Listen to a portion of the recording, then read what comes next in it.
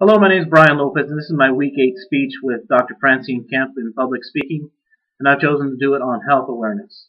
As we all know, our physical well-being is very important, and how we treat our body and input in our body, meaning what we eat, it will determine what type of life we live when we get into elderly age.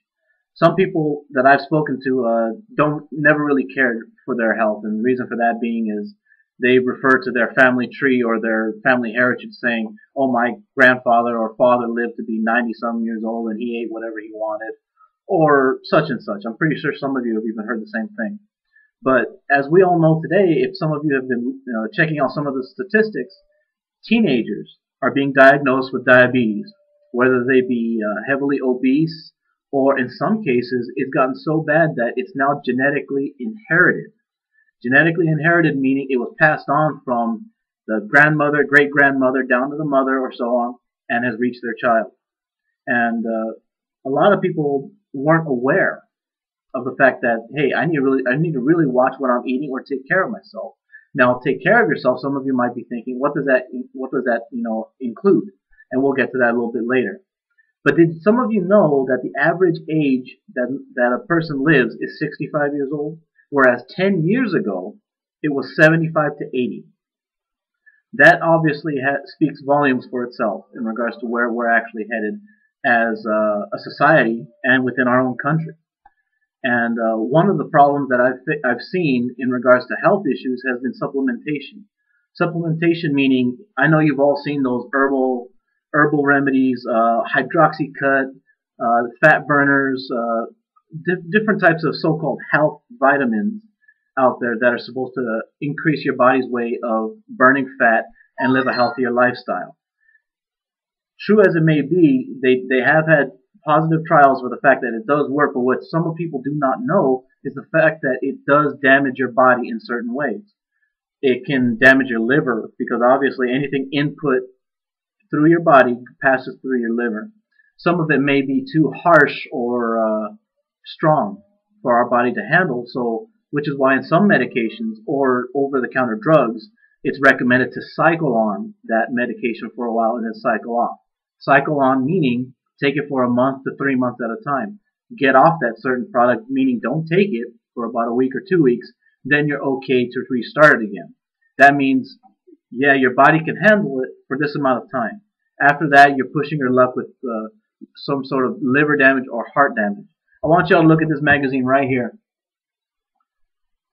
This guy looks obviously extremely muscular, and a good majority of us will probably think, wow, this guy's pretty much fit and in shape.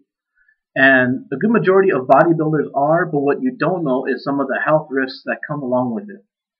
A good majority of them suffer from enlarged hearts, and as we all know, our heart is a very big and strong muscle.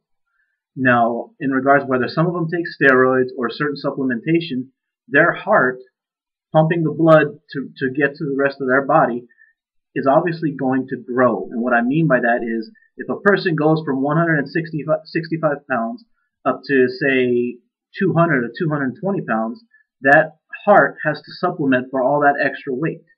So it has to work way harder to pump the blood to the rest of those muscles. Now, it is safe to say that our body, to compensate for that, is to obviously have it grow. Now, it'll obviously grow to get stronger, but in some cases, it'll grow and actually get weaker. It depends on the person.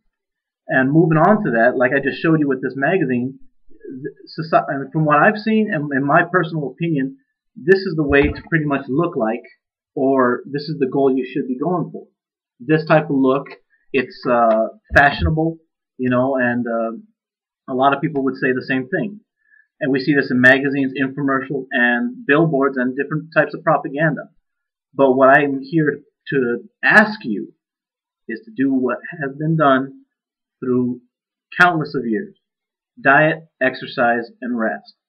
Diet means eating properly, eating your fruits, vegetables, and in some cases, it's okay to cheat every once in a while. Lord knows I do. Exercise. You don't got to be an Arnold Schwarzenegger overnight. Just get in the gym, get your heart pumping at least 3 to 4 times a week, and you'll see significant difference from what you were before and what you will be after you start.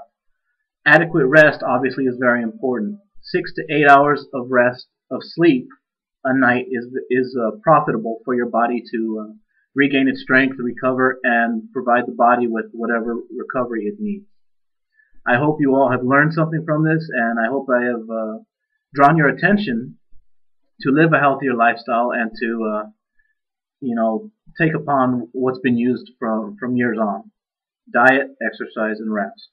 To summarize what we went over supplementations and some of the hazards that it can cause, society's way to live in regards to obviously what you saw in the magazine.